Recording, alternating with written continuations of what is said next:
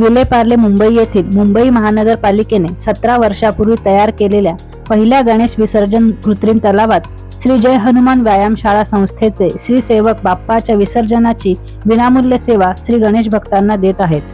या 1.5 दिवस आणि 5 दिवसाच्या गौरी गणपती विसर्जनाच्या 2835 बाप्पांना सुखरूप निरोप दिला, तर 7 दिवसाचे 1800, 10 दिवसाचे सुमारे 1000 गणेश मूर्तींचे विसर्जन या कृत्रिम तलावात करण्यात आले. विलेपार्लेतील कृत्रिम तलावात घरगुती गणपती आणि सार्वजनिक मंडळाच्या 5 ते 20 फुटांच्या पर्यावरणपूर्वक कागदी गणेश मूर्तींचे विसर्जन केले गेले. गणरायाची सेवा दरवर्षी अशीच आमच्याकडून घडत राहो आणि सर्व श्री सेवकांना सुखरूप निरोगी आरोग्य देवो, हे मागणे श्री सेवकांनी गणरायाकडे मागितले.